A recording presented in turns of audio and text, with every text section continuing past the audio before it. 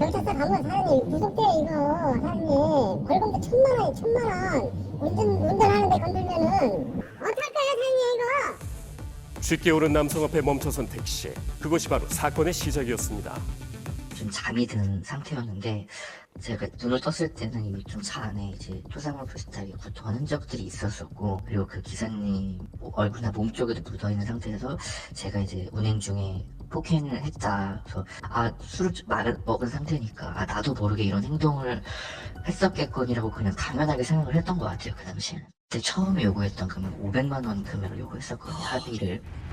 지갑 얇은 사회초년생 승객을 닥달해 부모님에게 300만 원을 받아냈는데요. 이 모든 게 사기였다고 합니다. 그래요? 철저하게 계획된 범죄라고 하는데요. 한 승객이 내가 그럴 리가 없는데 이상하다 이렇게 느꼈던 거죠. 의문을 제기하면서 수사가 촉발되기 시작했습니다. 담당 수사관의 말부터 들어보시죠. 택시 승객은 자기는 술을 마셔도 지금까지 오버히트를 한 적 없다. 거의 한 20여 년 동안 한 번도 없다. 내가 잘못했으면 내가 처벌받겠다. 경찰서 가자. 내가 피해자다 언성을 높인 택시기사. 하지만 미심쩍은 정황이 포착됐습니다. 택시기사는 자기가 피해자라고 주장하면서도 자기에게 정말 유일한 증거인 블랙박스 메모리카드를 경찰관서에 한 번도 제출하지 않았어요. 블랙박스가 구형해서 녹화 안 됐다. 그를 핑계대면서 자기에게 유일한 걸 제출하지 않았어요. 이상한 점은 이뿐만이 아니었는데요. 우리 교수님이라면 예. 뒷좌석에 이렇게 토사물이 묻었어요. 예. 너무 당황스럽잖아요. 이거 어떻게 하실 거예요? 자, 택시 기사라면 운수업을 하는 분들 아닙니까? 네. 그러면 뒷좌석이 토사물로 엉망진창이 되면 일에 지장이 있으니까 좌석에 악취가 배지 않도록 빠른 시간에 닦아내겠죠. 그런데 이 택시 기사는 정반대 행동을 했다고 합니다. 그 기록상 보니까 택시기사 얼굴에 쉽게 말해서 승객이 토했다는 토사물이 좀 많이 묻어 있었어요. 덕지덕지 사진에. 근데 제가 생각하기에 이 토사물이라면은 자기 것도 냄새가 나고 좀 더러울 텐데, 심지어 다른 사람의 토사물이란 말이에요. 그러면 저 같았으면 털어냈을 건데 그걸 자랑스럽게 지역 경찰관이 촬영할 때까지 이렇게 붙이고 있었던 점, 그분이 좀 다소 좀 이상했고. 의아함을 품고 수사에 착수한 경찰관의 눈에 그야말로 딱 걸린 그런 일이 발생했습니다. 세상은 좁다는 격언이 딱 들어맞는 꼴이었는데요. 제가 이전에 다른 서에서 형사로 근무할 당시 이와 유사한 사건이 기억이 났어요. 이전에 취급했던 그 형사하고 전화를 해서 그때 당시 그 택시기사가 누구냐 했더니 이번 사건 택시기사하고 동일임을 확인했고 수법이 동일했습니다. 한사코 차량 CCTV 제출을 거부한 기사. 택시라는 장소 특성상 기사와 승객 단둘만 있기에 증거 확보가 어려운 상황. 범죄 혐의가 상당히 입증하기 어려워서 저희 팀 수사 회의를 했죠. 피해 실수하러 올 때 택시를 가져올 거다. 저는 택시기사를 안 만나게 해서 미리 밖에 나가 있었고, 편의점에서 소주를 구입해서 몸에 좀 뿌리고 얼굴과 머리에 뿌리고, 그래서 조사가 끝나고 나오는 택시를 시계차하면서 세우더라고요. 그래서 탑승하게 된 거죠. 그래서 고개를 좀 떨구고 자는 척을 했는데요. 30분 거리를 한 2시간 정도 가더라고요. 취객이 깊은 잠에 빠지길 기다리며 일부러 차를 천천히 몰던 택시기사. 차를 세운 뒤 운전석에서 내리는데요. 택시기사가 찾아간 곳은 인근 마트.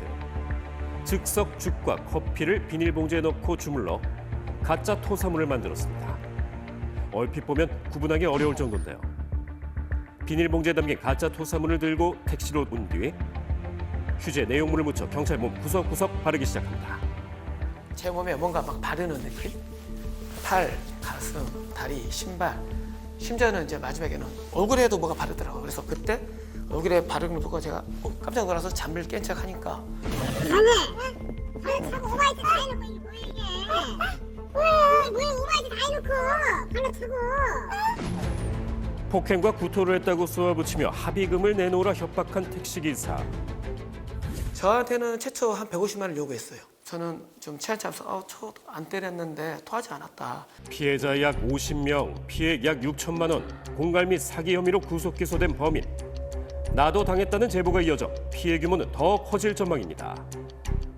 취객이 갑자기 형사라고 하고 미란다 원칙 고지하고 체포하겠다니까 저한테 어떻게 이렇게 연기를 잘하냐, 나 속았다 하면 뒷길 조심해라, 밤에 내가 사고 나면은 어떻게 하겠다 그런 식으로 많이 했었던 거죠. 되레 수사관을 협박하는 등 일말의 반성도 보이지 않는 모습이었습니다. 어떠한 범죄자도 법의 심판을 받게 만든다는 것을 저희가 입증하고 있잖아요. 정의는 반드시 실현된다. 그걸 말씀드리고 싶습니다.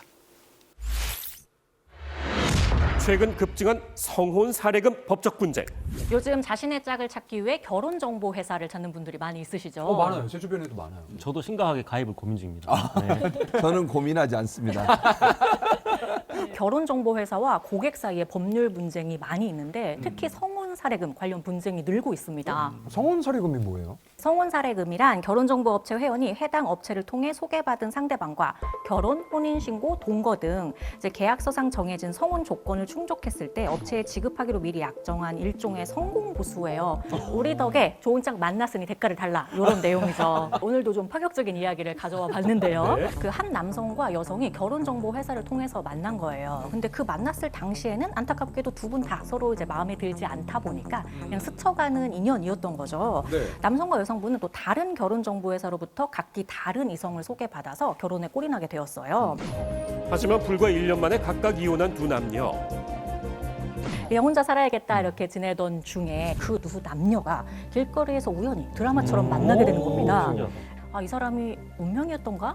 지나고 보니 왠지 그랬던 것 같아. 다시 이제 불씨가 타오르면서 결국에는 결혼을 하게 된 겁니다. 예. 아, 왠지 좀 불길한 예감이 드는 건 왜죠? 그 설마가 맞습니다. 예. 예전에 우리가 소개했던 그 두 남녀 아니야. 결국 우리가 소개한 것 때문에 결혼한 거 아니냐라고 하면서 성혼 살해금 그리고 왜 혼인했는데 말하지 않았냐 불고지 가상금까지 지급하라고 불고지 한 거죠. 그렇다면 과연 재판부의 판단은 어떨까?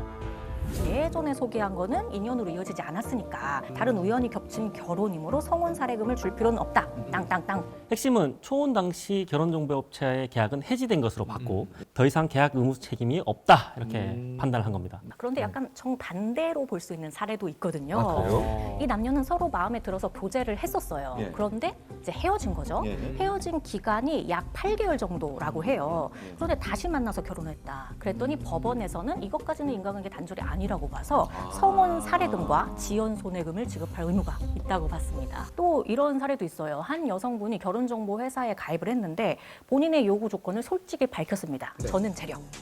다른 건 모르겠고 재력만 있으면 됩니다. 이렇게 말씀을 하신 거예요. 그래서 업체는 100억 원이 넘는 자산을 가진 재력가의 아들입니다.